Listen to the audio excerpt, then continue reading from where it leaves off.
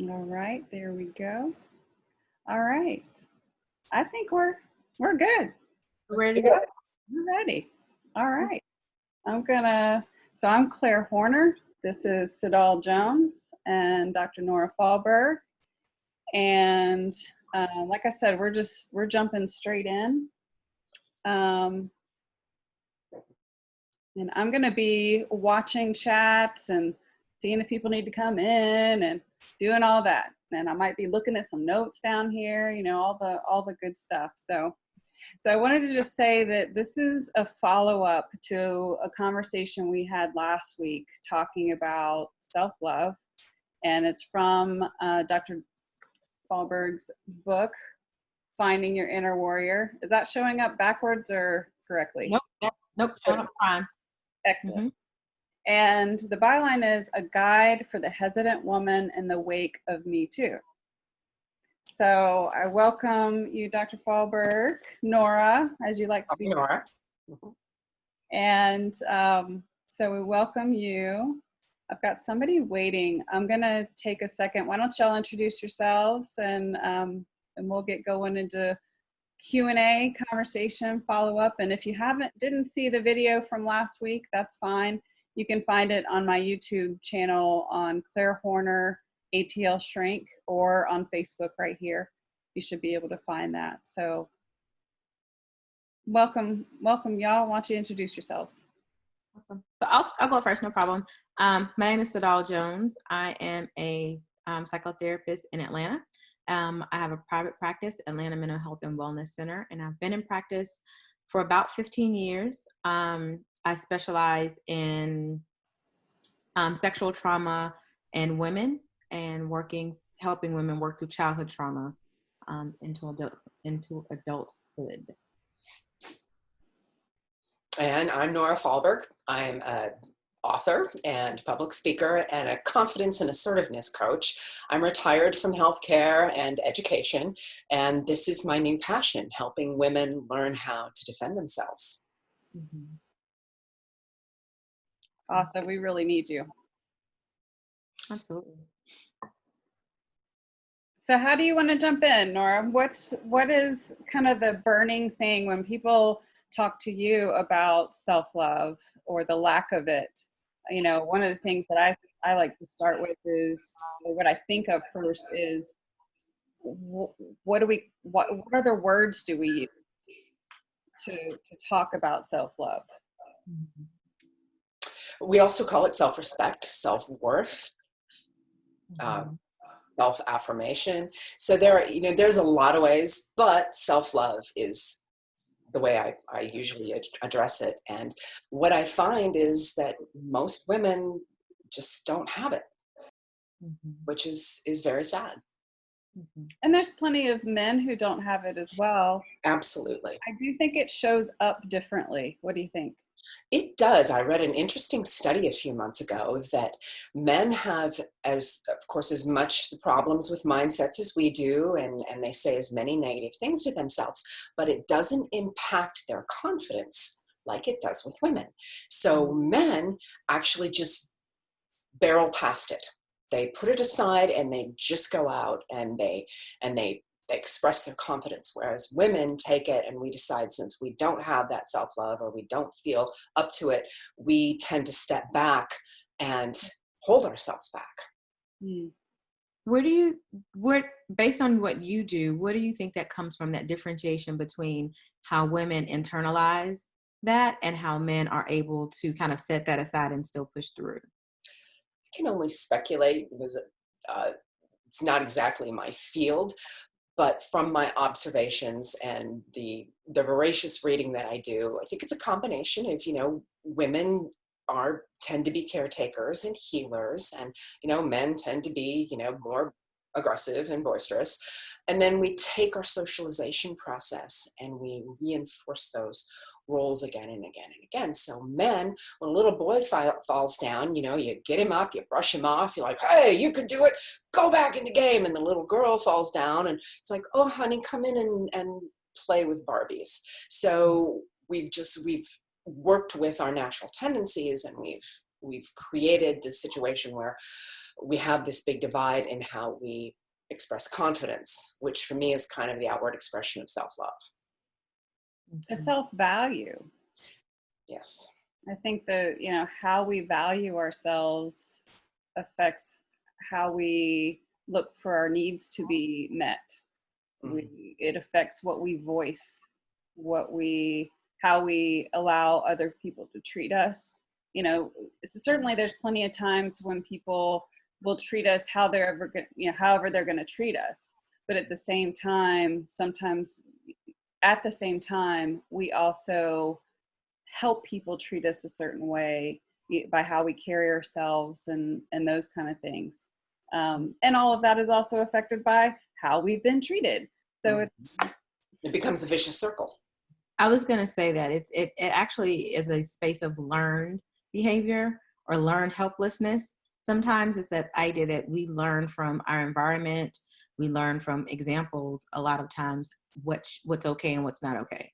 And so back to what Nora was saying about the socialization of boys and girls young as children, that learned behavior of this is how you should act, or this is how you should not act, kind of manifests itself in a space where I think the judgment and self-deprecating words that we say to each other as women comes early.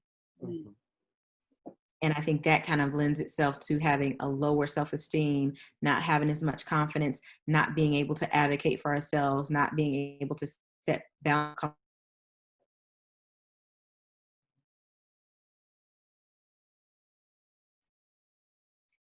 Oh no, we're glitching. I lost audio at the end of that. The joys of live. Okay, yeah. Well, can you repeat if you remember the last part? The socialization of what self-confidence, self-esteem, and what self-love looks like, what that mindset is. Like, we're just socialized not to have that. Mm-hmm.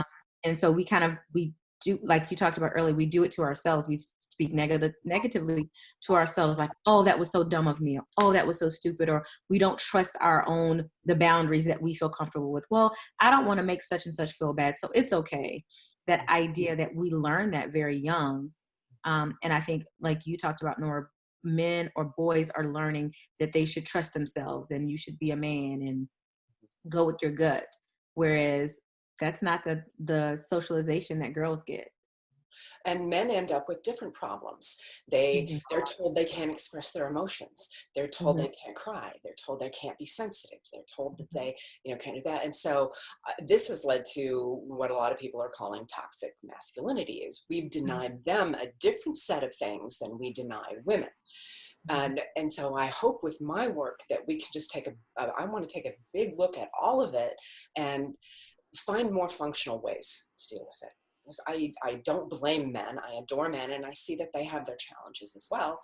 But for now, I'm focused on how do I help women break through all of these old patterns and through this socialization process and come into a new space where we're stronger and willing and able to take care of ourselves and others in a way of self-defense.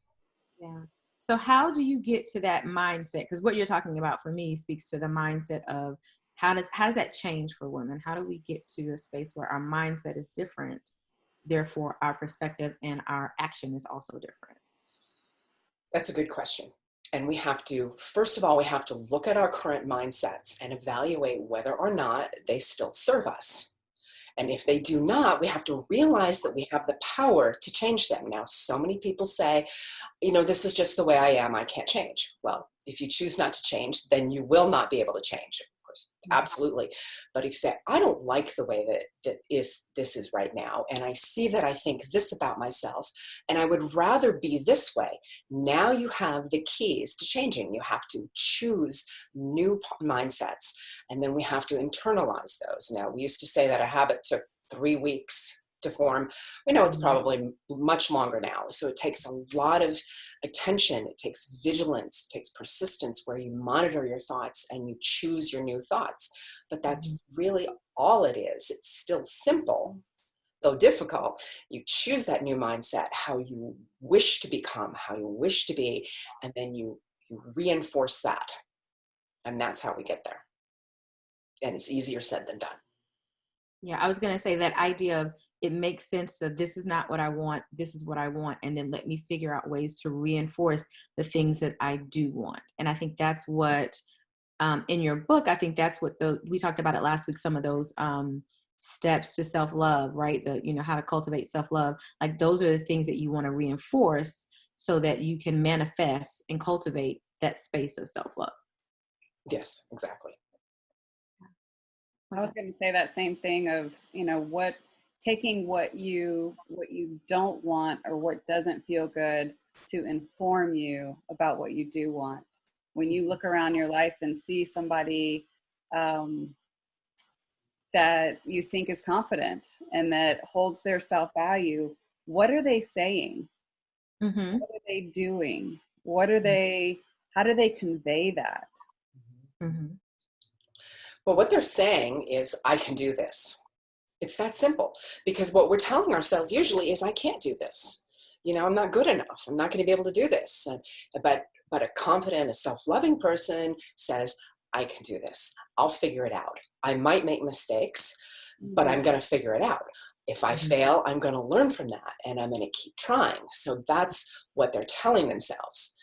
And what they look like is, you see that power that they can carry. Now, we've all seen this in people who have this presence.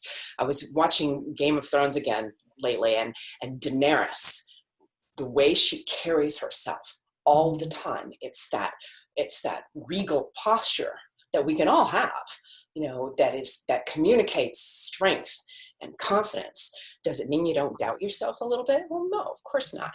It means that that means that you don't let your doubts stop you. So what do you do? Like you just said, it doesn't mean we're not going to fail. So what is someone who has good self-love, how do they view failure? Oops. Oops. Or, well, that didn't go as planned. So it's just like, let me step back and reassess. It didn't work. Doesn't mean that there's anything wrong with me and that it won't work. It's just that way didn't work. So that's how you deal with failure, from a place of self-love. And you might spin on it for a while. You might spin in it. You might have a day, you might have a week, depending on how big the thing is, how big the disappointment is, but not thinking that you're foundationally flawed as a result of it is a difference. Exactly. Right. You take it in your stride. And of course, this is what men do. They fail and they're like, oh, well, let me try this way. This doesn't faze them. And we can claim that for ourselves. Yeah. You just don't beat yourself up. And that's what we tend to do. If we don't love ourselves, we take every failure, every mistake as an excuse to beat ourselves up more. Stop it. Stop it. So what were you going to say? I was going to say, what you're talking about also speaks to a sense of actualization, like being in tune with who you are and being able to identify for yourself what's okay and what's not okay. And I would imagine that some people aren't in that space, right? So if you're in a space where I can actually say, okay, this doesn't work for me, I can assess that. But if I'm not in that space where I can say, this doesn't work for me and not beat myself up about it, or I can't assess that, is there anything that people can kind of look for in that way? Absolutely. I'm a big fan of psychology, especially cognitive behavioral therapy. Love this stuff. And so I'm constantly referring clients and friends and people to look into this, because it's a great way, it's training in watching your thoughts. So when you say, okay, I'm not in a space where I can let that go. So then we have to step back and we have to look at our mindsets again and what we're telling ourselves. And we have to say, well, do I really want to always tell myself I'm not good enough? Do I really always want to be here? And then if not, you can change it. I'm also a big fan of Stoicism. Stoicism is the same thing. It's an ancient Greek philosophy. It's a very practical philosophy. But it teaches you to focus on what you can control. And what we can control are our thoughts. That's pretty much it. can't control the world. We can't control other people. Sometimes we are not even able to control our bodies, but we can always control our thoughts. So when we're having problems coming through these mindsets, from the not having self-love to coming to self-love, we can use these tools. The tools are out there. So I encourage people to go and look for them. And in my book, it's kind of a Cliff Notes version with references of where you can go to get more information. Mm-hmm. When you say, we can control our thoughts, that takes me to conversations I have all the time about the meaning that we attach to things, the meaning we attach to what's happened, the meaning we attach to what that person just said. And I think our interpretation of that is maybe different depending on how we value ourselves. Yes. What do you think? I think so. I think it is, because if you value yourself more, you're willing to give yourself a little bit more, cut yourself some slack. And if you don't value yourself, we use those things to again attack ourselves and reinforce that idea that we're not good enough. To get locked down. And there's a lot of emotions tied to it. And, our subconscious really responds to emotions. So, if you're really attaching heavy emotions to that lack of self-worth or self-value, then we reinforce that. So we need to, again, take a deep breath and step back from that and realize we have the power to change that.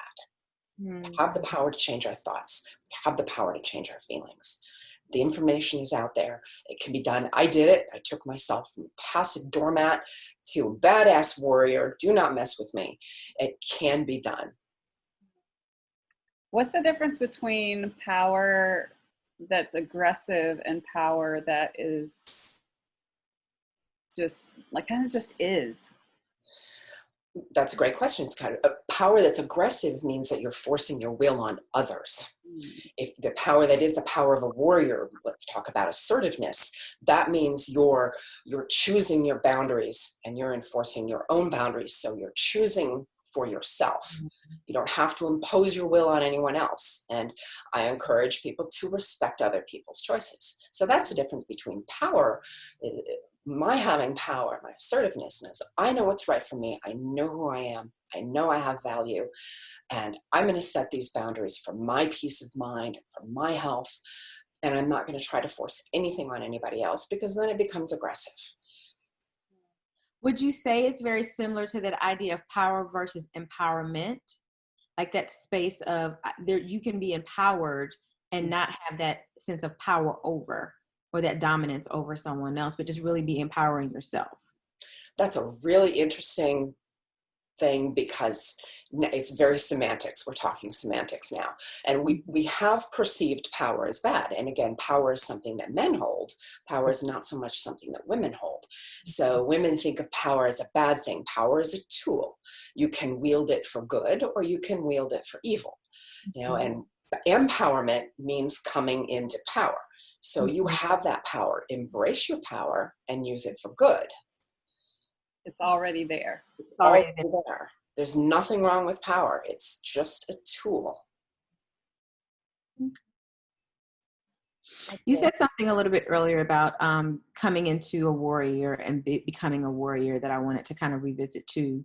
A lot of, after we did our session last week, a lot of the questions that I got had to do with what does the warrior look like? And I remember asking that question in our session last week too, but a lot of the questions were, what does it mean to be a warrior? Like, what does that look like? And how do you know? How do you know that you're no longer a survivor? Because we talked about that idea that we go from being victim to survivor, and we've kind of cornered the market. We got that. We know what it looks like to go from victim to survivor.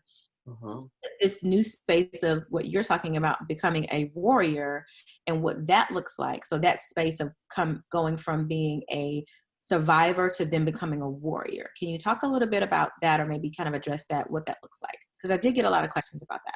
Yeah, absolutely. And I'm so glad, because this is something that I want to offer to people, that transition from victim to being a survivor. We know how good that can feel. When when we're a victim, we've given somebody else the power. And when we're a survivor, we do start to take our power back. We realize, hey, I got through this. And the jump to becoming a warrior is basically the same thing. It feels even better because you look at your scars and say, yeah, I've done battle. I've got the scars to prove it. I learned a lot. I'm still here. So it's the survivor empowered, as we can be a survivor and still we've survived. But to become a warrior means that we move it just a little bit farther and we say, I can take charge of this. Last week I talked about readiness. It's kind of a state of being ready. But it's also a place of a peace because you're prepared. Doesn't mean that I walk around looking for a fight all the time. It just means I'm prepared if something happens. And so I feel strong. It's a really strength and knowing that you can go out there and you can do it. So it's that little bit more of a transition. I like that idea of that. It's that now you're empowered to whatever that looks like, be prepared, that readiness. So I'm prepared to set my own boundaries. I am prepared to protect myself if I need to. I am prepared to advocate for who I am and what's okay for me. And I think that speaks volumes to those who are recovering from sexual trauma or in that process of recovering from sexual trauma, and understanding that it doesn't just stop with, I have survived this space, but not only have I survived this space, but now I can move forward in a way where I can stand up for myself. And so it sounds like the warrior is more of a, I can survive and then stand up for myself now. Exactly. And I came to this out of desperation. I got to the survivor after one incident, and then there would be another incident. And then I'd be working through it all again. And I finally decided, I'm just going to go into this. I want to be in a prepared warrior state. So when the next thing threatens to happen, or that I know to jump in, I know how to spot it. I know how to jump in early. I know how to speak up, not just for me, but for people around me. I have that ready to go because I don't want to go through it again and do it over. Yeah. It also makes me think of how, like, visibility, some people say, I feel invisible in a public place, or I feel invisible in my family. And that, how much you feel like you're seen can come or be supported by other people, but I think it has to come from inside. And when you talk about the warrior is that readiness is seen. I call it energy because I think everybody who walks in a room carries, high energy, low energy, negative energy, positive energy. That's what I mean by energy. And so how we carry ourselves, somebody who is in more of a victim place is likely to carry themselves differently than a survivor or even warrior would carry themselves. So that visibility. Yes. Yeah, that presence. Presence. Well, I like that. Yeah. Yeah. Exactly. And there is a difference. Again, look at Daenerys in the Game of Thrones and how she always had that I'm going to walk right over you thing, or my dragons are going to burn you. She always had that. There wasn't any of the, and this is very common, we tend to round our shoulders and protect like this. And this is a very submissive, passive, weak message that it communicates, and it often reflects how we feel. So it is about how we present ourselves, which is why I talk about how if we don't have self-love, we can still move forward in becoming a warrior by using our natural instincts for self-preservation and using very, very simple tricks like our posture. Is when you're out and about, they say that criminals can pick out their victims in just a few seconds based on their presence, their posture. So having your shoulders back and your chin up and your chest out and, thinking, radiating, I got this, don't mess with me, does wonders to prevent other problems. And that's that warrior, walking like you're a badass, walking like you're a warrior, like you're Wonder Woman. Show us your mug, like you're Wonder Woman and you're ready to go. It's that communicating that presence. And the great thing about this is we can literally fake it until we make it. And it's very much like mindsets. While you're telling yourself, I am worthy, I am strong enough, I am lovable, I can do this, and you've got that posture up, the posture is actually helping to retrain your brain from submissive and I probably won't fight back if you do anything, to, oh no, you don't want to mess with me. So that helps us retrain our brain and move into that warrior space. Absolutely. That's great. So what you just described is kind of like that physical space, right? But we talk about too, that it's not always the physical, right? It's not always where I'm not always ready to fight, but if I need to defend myself or if I need to protect myself, I will. What's the other space of that also includes being a warrior that may not necessarily be as physical? The mental space is just that, again, where you're giving yourself encouragement and strengthening yourself as opposed to beating yourself up. Now, because you're around your friends, your family, your home relaxing. Of course, you don't have to be like, oh, I'm going to kick all your asses. But if I'm walking on the street, I have more problems in grocery stores and parking lots. So when I'm in grocery stores and parking lots, I've got that going on. But other than that, we retreat to the mental space, which is still, I've got this. My day is going to go better because I know I can do it. I'm going to accomplish those tasks, even if it takes me a couple of tries. So that mental space is still I can do this. Yeah. And if I get the sense that something is off, I may not reciprocate a smile. I may not reciprocate a hello. If I feel like that's going to invite you into my space, I may opt for not being friendly. Yeah. And that's okay. I think the thing is that the learned piece is that it's not okay to not smile when someone smiles back at you. And it's not okay to get off an elevator when you don't feel comfortable. So that goes back to that piece of trusting, who you are and trusting your own instinct initially, right? Trusting the small things that go on inside of you. And listening to that and letting that be the thing that gets you in the space where you're not maybe physically, but you're definitely mentally encouraging yourself and empowering yourself and speaking up for yourself. Even if you don't say anything out loud, you're speaking up for yourself and that you're honoring the feeling that you have about whatever the situation is. And I think sometimes that small piece of it is important because I think there's some people, I know that I have clients who are not going to be physical. That's just not who they are. And that's okay. But just teaching even that small piece of your voice is enough. Your voice is enough, and trusting who you are is enough. And when you are able to trust who you are and trust where you are, as opposed to comparing yourself to other people, that's one thing. And then also just trusting the fact that this isn't okay for me. This situation isn't safe for me. I'm going to remove myself. And it's okay if you're offended that I've removed myself. That's not my problem. I'm going to still remove myself. I like that part. And that's just it. It's not just okay. I encourage it.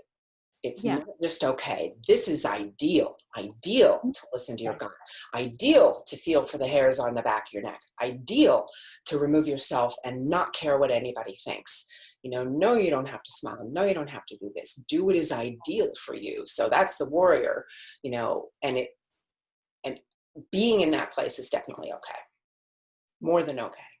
Part of my recovering and healing was reinstilling my confidence in my intuition, because there was so much of, this is what I'm seeing happening. This is what I feel is happening. This is what I think is going on, and being told, no, that's not right. You're just over dramatizing. You're making a big deal out of nothing. I was just kidding. All of those types of repetitive things, that just beat that down, that beat that inner voice down. And so it took a lot of, I'm allowed to listen to myself.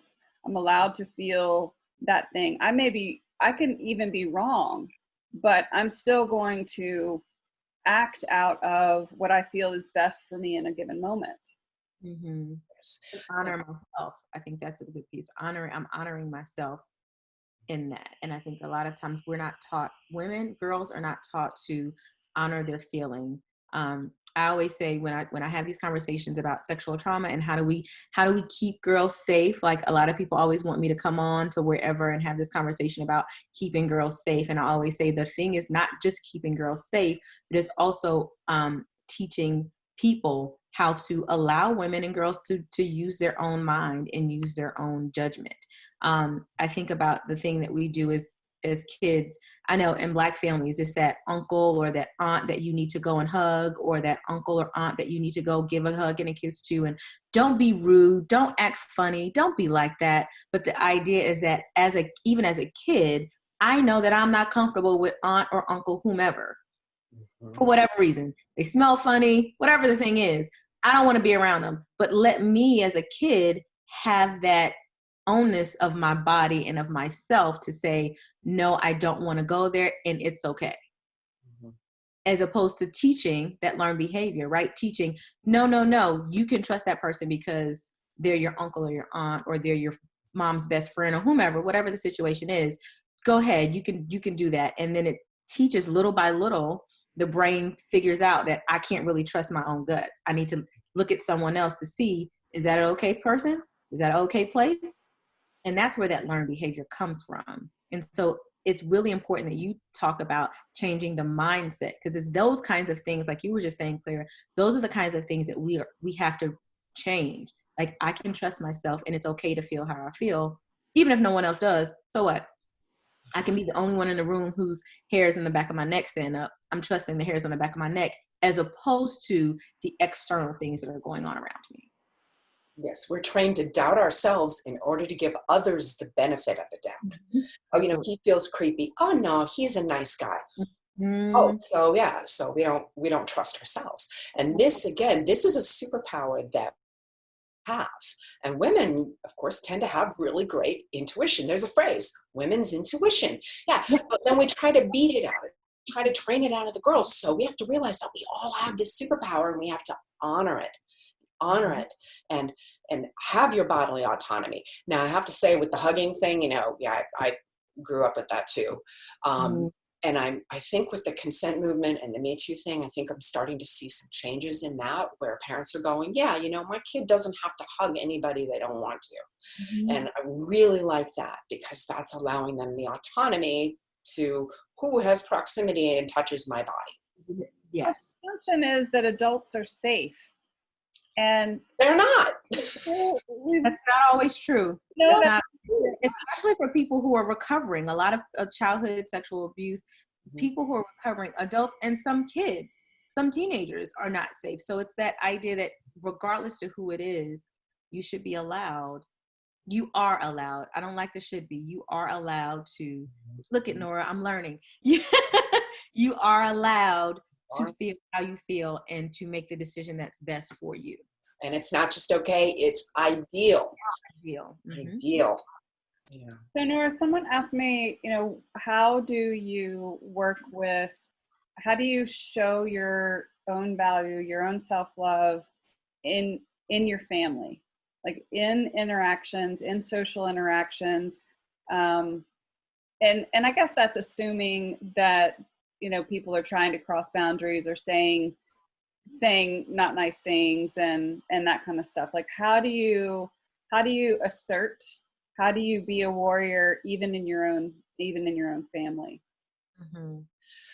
We come to our first options in defending ourselves, which are, you always have the option to ignore and walk away, remove yourself. Okay, not always, but sometimes these things can work.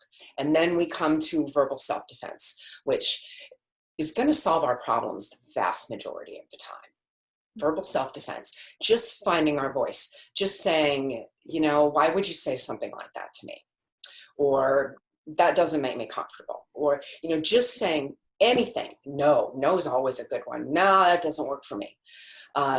These are our options, and there are kind ways to say this, even to people that we care about, relationships that we wish to preserve.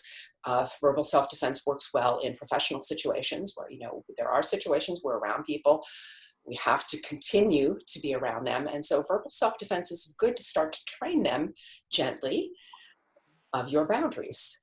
I don't know why you would say something like that to me, but I don't want you to do that again. Mm-hmm. I know Lay those out. I've said like on a round 3 of trying to put that boundary, that's enough.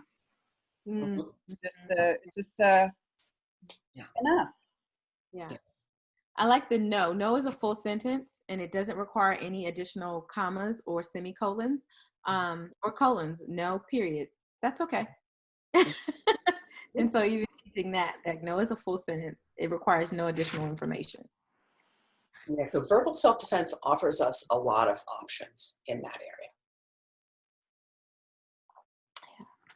I like the idea of verbal, of having that verbal space, for sure. Yeah. And we're not taught to do that either. So I say women don't know what to say and we don't know what to do. Again, if we learn to say, if we learn to speak, it's going to take care of the vast majority of situations out there. And we can find, I like to call it our own brand. We can find our brand of no. When we've said the no, period, when we've said that and it either continues or whatever, we can physically distance. We can, find those phrases, those things. And that's where sometimes having a coach or a therapist or, someone in that space, a self-defense person, someone who's teaching you that can give you the options. So then you've got like a menu, so to speak, of things to say in any given situation. Being able to say, I don't agree with you, but okay, I see where you're coming. I can see where you're coming from, even if I don't agree with you. But stating that, I sometimes I coach people to, like within a group of friends, always have an opinion. Like if you're trying to figure out where to go to dinner, don't be the I don't care whatever person. Yeah. Have an opinion, even if it's, I had Chinese 3 times this week. I don't want to go there. That's an opinion. You're contributing to the conversation. You're teaching people that you have opinions. Your opinion matters. Your voice matters, even in those basic things. And that's a great way to start to learn to express ourselves. Do that around family and friends, to just learn to say, yeah, no, I really would love to have this. I'm not really crazy about that. Even if you don't get your way, it teaches us to start to express ourselves, which again, so many of us are so bad at. We just stay silent. So family and friends can be a great place to start to do that. And in my book, I talk about that, having the different stages, having the plan, actually thinking about it beforehand. So you've got a couple of phrases on the tip of your tongue, whether if it's just no or, hey, that doesn't make me comfortable, something like that. Having them ready to go and then practicing. So a lot of coaching and therapy, of course, is role playing. And you can do that in your own mind. You can figure out those things ahead of time. Yeah, I like that idea of having those tools. And Claire, you were talking about like teaching other people, and you touched on it just a second ago, Nora. It's also teaching yourself that you have an opinion, your voice matters, what you have to say is important. Like in addition to teaching the other people around you how to treat yourself, you're also teaching yourself how to treat yourself. Because that is sometimes where I think it starts. It's like if I am not clear about what I can do, and where my confidence is, and it's going to be hard for me to kind of exude that or relay that, communicate that to other people. So I have to have a sense of self-love, right? In order for it to be external. And so I think what you're talking about too is that I do have an opinion, whatever that opinion is, and it's okay for me to kind of say that. There was something that I know that you mentioned before that I did want to touch on as it relates to being a survivor. And you say that a warrior looks at her wounds as evidence that she survived and got stronger. I love that statement because it's like, I think it speaks to like the battle wounds, like the battle scars. Like I've survived the battle and now this is where I am. And I think a lot of times we don't initially when we're kind of going through that process of healing, it's kind of like these scars are not badges of honor. These scars, whatever, if they're physical or if they're emotional, these scars are to be, I'm ashamed of these scars. I don't want to talk about these scars. I don't want to make anyone else uncomfortable with my scars. So I'm not going to speak about those. But what you're talking about really is, these are my scars, and these scars have made me stronger in this way. Mm-hmm. And in the initial stages after an incident, an assault, we do have those, the scars, they're still painful. They're not scars yet. They're still wounds. We are still wounded. But somewhere down the line, as we go through that place to survivor, that means our wounds are starting to heal. And then when we move on to the warrior, it's like, yeah, I got that. You should have seen the other guy. So we can look at it that way. It's like, yeah, I didn't do so well in that fight, but I'm still here. Yeah. I think that's important to recognize, that the space of that resilience, right? That piece of, I am still here. I have gotten through it, and I am still, I'm able to continue to move forward. Mm-hmm. Exactly. That resilience. And that's part of being a warrior, and knowing ahead of time, I'm going to bounce back. I think that's where the phrase, came from. If what doesn't kill you makes you stronger, because we assume if it doesn't kill us, we're going to come back stronger. We're going to come back smarter. We're going to come back. I learned something from that. I do trust my gut now. I do know that it's okay to set my boundaries early and be firm. I do know that it's ideal to just go ahead and remove myself if I can. So we learn from those things. Yeah. I think the warrior, to go back to how we train ourselves, being a warrior in our own mind, there's a part of us, there might be multiple parts of us happening at the same time. We might feel not very strong one day, but we can maybe call up our warrior self in those moments. Or like right now, if we have a lot of time to ourselves, how we talk to ourselves. I often ask people, if and when you have a full day to yourself, what do you do? People who tend to have good self-value know how to answer that question, because their wants and needs are front and center. Oh, really? Well, if I had the whole day, I would do this and I would do that. Now that might mean sitting on the couch, catching up on, all the stuff you got in the queue to watch, Right. but that person tends to know. It doesn't tend to be, I have no idea what I would do. Mm-hmm. I can't be with myself that long.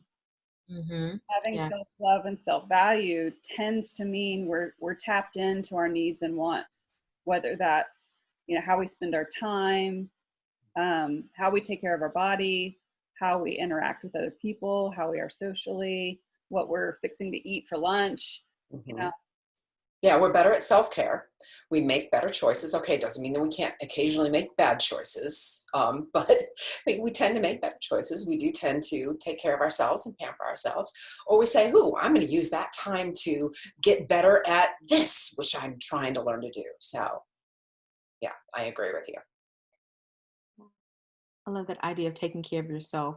I'd say a lot of times, the things that we say to ourselves are not things that we would actually say to other people, right? So you're looking at how we speak to ourselves and how we view ourselves. And I always tell clients, would you tell someone else that same thing that you just said about you? And usually they're like, absolutely, I would never say that about someone else. So how is it that you're loving on someone else more than you're loving on yourself? And here we have the thing with confusing self-love with selfishness. We would never say those things to our best friend or somebody else, but we feel it's okay to bully ourselves. And because we've been taught that this is kind of what you're supposed to do. You're not supposed to think highly of yourselves. You're not supposed to, show off your stuff. And so we tend to turn it around and just beat ourselves up. Yeah, because that idea of you loving yourself, or that idea of you considering yourself first, Mhm. I always say love you more. All over my office, I have these little things that say love you more. And people are always like, what do you mean love you more? And I'm like, well, you have to love yourself. It's important for you to love yourself more than you're loving other people, in the sense that you're going to prioritize yourself first. Really, it doesn't have anything, because people are like, well, if you love yourself more, isn't that selfish? No, it just means that you love yourself and you're going to take care of yourself before you take care of other people. You're on the plane, put your mask on before you put someone else's mask on. Just simple. Sounds really simple, but it's really hard for many of us to do, I think. It is, again, because we've been taught differently. We've been taught, that we serve, that we self-sacrifice, that we martyr ourselves to others' needs.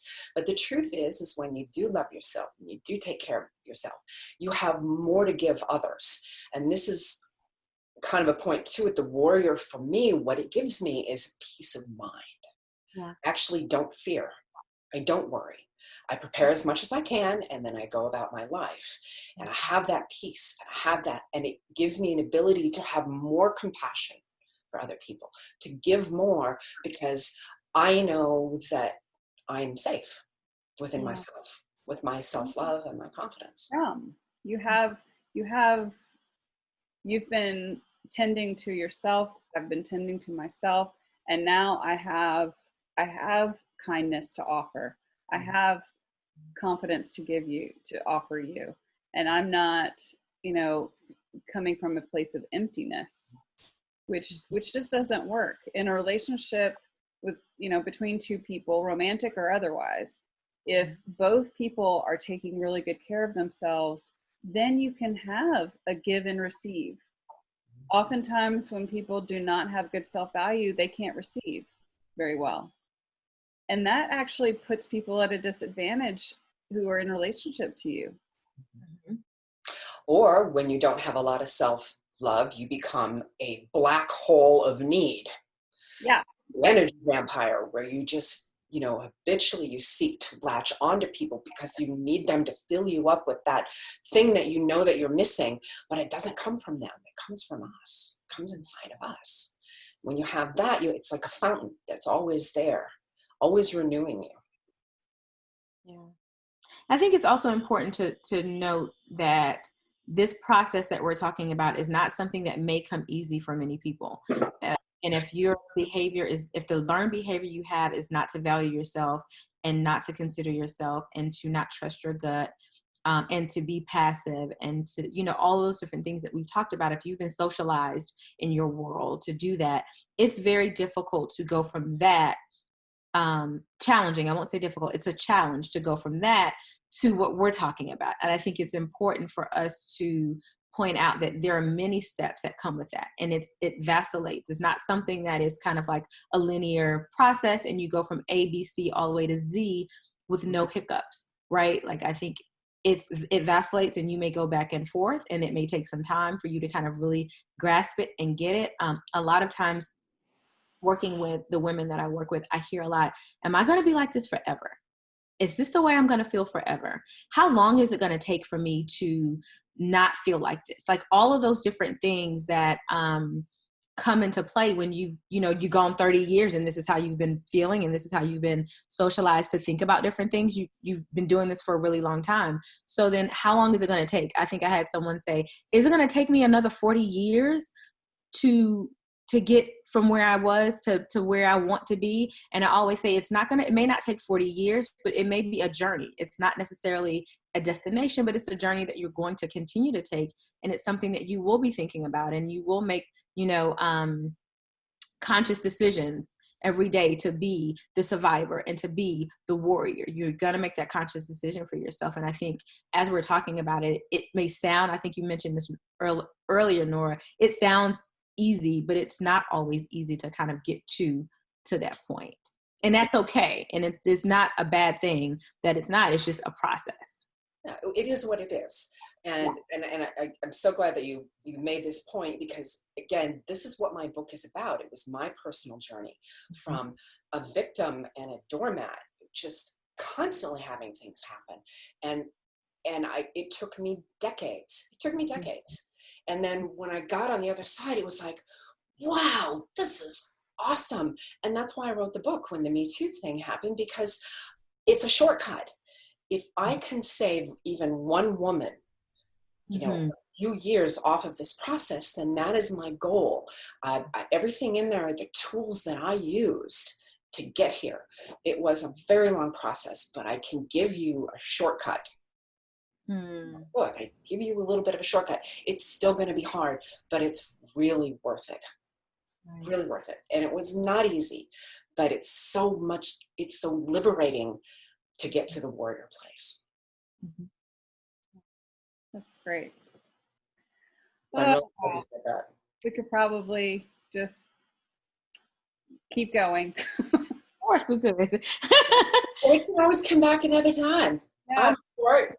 Yeah, and that's a good point. You know, I want to invite people to either put comments in below or let us know things that you would like to hear about. What I'll do now, because we have a couple people, and I apologize, you've seen my skills. I thought I had all the videos turned off for when you came in, so I apologize. But we've got a couple people who are with us. So what I'm going to do is I'm going to turn off the live, and I'm going to turn off the recording, and I'm going to invite the people who are here on the Zoom call to continue a conversation with us for a few minutes if you like. So, so I appreciate everyone who tuned in now. If you're tuning in later, because it's the middle of the day on a Tuesday, Yeah. you know, I have a colleague who always says #replay. So put that Yes, replay down absolutely. there, ask your questions, and Nora will also be, you know, kind of answering those, and you're welcome to reach out to her as well. Nora, do you want to say how the best way to get in touch with you is? The best way to get in touch with me is I have direct email, dr.nora61@gmail. Do you have a way to write that down? Or my phone number. You can text me. I'm available. 404-388-0092. I'll put, I'm sorry. Yeah. I need a sign. Next time I'll have a sign with my contact info. Maybe we could put that underneath. Cool. I'll put it in the comments, and someone just asked if we can provide our email addresses.